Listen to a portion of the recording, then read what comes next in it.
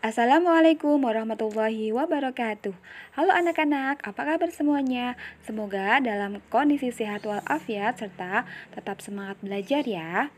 Oke, hari ini kita akan belajar tema 2 subtema 1, yaitu bermain di lingkungan rumah.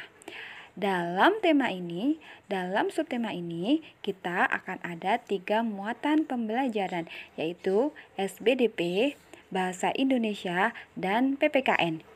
Oke, yang pertama adalah SBDP.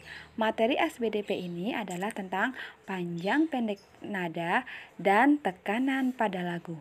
Sebelum kita masuk ke materi, mari kita dengarkan lagu yang berjudul Berdayung Bersama-sama. Kalian juga bisa lihat di LKS halaman 2 ya.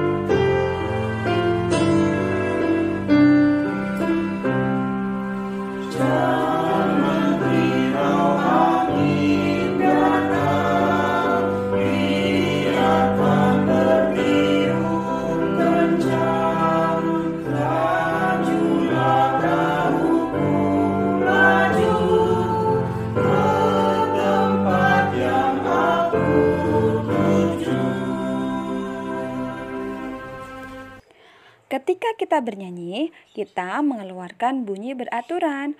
Bunyi beraturan disebut nada. Ada nada panjang dan nada pendek. Panjang pendek nada dapat dihitung dengan ketukan. Berikut contoh cara membaca panjang dan pendek nada. Yang pertama, nada panjang. Kita bisa lihat ya, setelah angka 1 ada titik. Setelah angka 3 ada titik. Nah, nada di samping dinyanyikan dengan 2 ketukan. Jadi, titik setelah nada dibaca 1 ketuk. Selanjutnya, 4 ada titik dan titik lagi. 2 ada titik dan titik lagi. Berarti nada di samping dinyanyikan dengan 3 ketukan. Jadi ingat ya, setiap ada tanda titik berarti tambah 1 ketukan nada. Yang kedua, nada pendek. Coba kita lihat, nada di samping dinyanyikan 1 ketukan. Dan nada di samping dinyanyikan dengan setengah ketukan karena tidak ada tanda titik yang mengikuti. Lagu terdiri dari tekanan kuat dan tekanan lemah sehingga dapat dinyanyikan dengan keras dan lembut. Keras lembutnya lagu dinyanyikan disebut dinamik. Nah, ada 3 tanda dinamik seperti di bawah ini. Yang pertama, tanda garis lurus artinya lagu dinyanyikan dengan keras. Yang kedua, tanda bergelombang artinya lagu dinyanyikan dengan lembut. Dan yang ketiga, garis putus-putus artinya lagu dinyanyikan dengan biasa saja. Nada pendek disimbolkan dengan tanda titik. Dan nada panjang disimbolkan dengan tanda strip. Lanjut ke muatan pelajaran yang kedua, yaitu Bahasa Indonesia. Pada subtema ini kita akan mempelajari tentang keragaman benda berdasarkan bentuk dan wujudnya.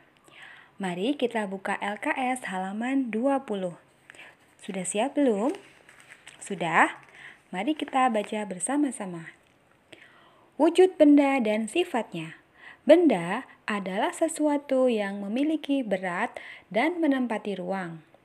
Ada 3 jenis wujud benda, yaitu benda padat, benda cair, dan benda gas. Benda padat adalah benda yang bentuk dan volumenya tetap. Benda padat ada yang keras, lunak, lentur, dan kaku. Contoh benda padat adalah besi, kayu, dan karet. Benda cair adalah benda yang bentuknya berubah, tetapi ukurannya tetap. Bentuknya mengikuti wadahnya, dapat mengalir dan menekan ke segala arah. Contoh benda cair adalah air, minyak, kecap, dan sirup. Benda gas adalah benda yang bentuk dan volumenya berubah. Benda gas tidak terlihat, menempati ruang, menekan ke segala arah, serta volumenya dapat mengembang dan menyusut. Contohnya adalah udara, oksigen, dan uap air. Setelah membaca teks tersebut, apakah kalian sudah bisa menyebutkan isinya? Sudah? Belum? Nah, berikut adalah cara untuk dapat menyebutkan isi teks. Yang pertama adalah membaca dengan seksama. Jadi, kalian harus membaca sebuah teks dengan teliti, dengan hati-hati, dan dengan jeli. Jadi, tidak boleh tergesa-gesa ya. Yang kedua adalah mencari bahasan utama. Jadi, dalam setiap teks ada paragraf. Nah, kalian temukan ide pokok atau pembahasan utama dari paragraf-paragraf tersebut. Oke? Selanjutnya, dalam teks tersebut pasti banyak ya kosakata baru yang mungkin kita tidak tahu. Sebentar deh. Kosakata, apa itu, Bu? Nah, kosakata adalah perbendaharaan kata atau kekayaan kata-kata dalam suatu bahasa. Nah, makna atau arti dari kosakata dapat dicari di KBBI atau Kamus Besar Bahasa Indonesia. Contoh kosakata dalam teks tersebut adalah volume. Ada yang tahu artinya volume? Nah, volume atau volume artinya adalah isi atau besarnya benda dalam ruang. Contoh kosakata kedua adalah lunak. Lunak artinya lembut atau empuk. Masuk ke muatan pelajaran yang terakhir yaitu PPKN. Dalam subtema ini kita akan membahas tentang aturan yang berlaku di lingkungan rumah. Yang pertama, aturan adalah segala sesuatu yang harus dipatuhi dan dilaksanakan. Aturan disebut juga tata tertib. Yang kedua, contoh aturan yang berlaku di rumah. Siapa yang tahu? Ya, betul. Contoh pertama adalah minta izin jika ingin bepergian. Siapa yang suka minta izin? Wah, hebat ya, semuanya anak solih dan solihah nih. Contoh yang kedua adalah membantu orang tua membersihkan rumah. Ayo, siapa yang rajin membantu orang tua? Oh, hebat ya semuanya ya. Oke, yang ketiga, tujuan aturan adalah untuk menjaga ketertiban. Jadi, untuk bisa ada ketertiban di lingkungan rumah itu perlu adanya aturan. Jika tidak ada aturan, semuanya akan kacau ya atau amburadul. Yang terakhir, manfaat aturan. Siapa yang tahu manfaat aturan itu apa? Ya, yang pertama, dengan aturan hidup akan menjadi teratur dan tertib. Yang kedua, aturan dapat menciptakan keselamatan, ketentraman, dan kedamaian. Oke, sampai sini sudah paham semuanya? Semoga apa yang disampaikan Bu Ika bermanfaat ya. Jika ada materi yang kurang dimengerti, silahkan tanya ke wali kelas masing-masing.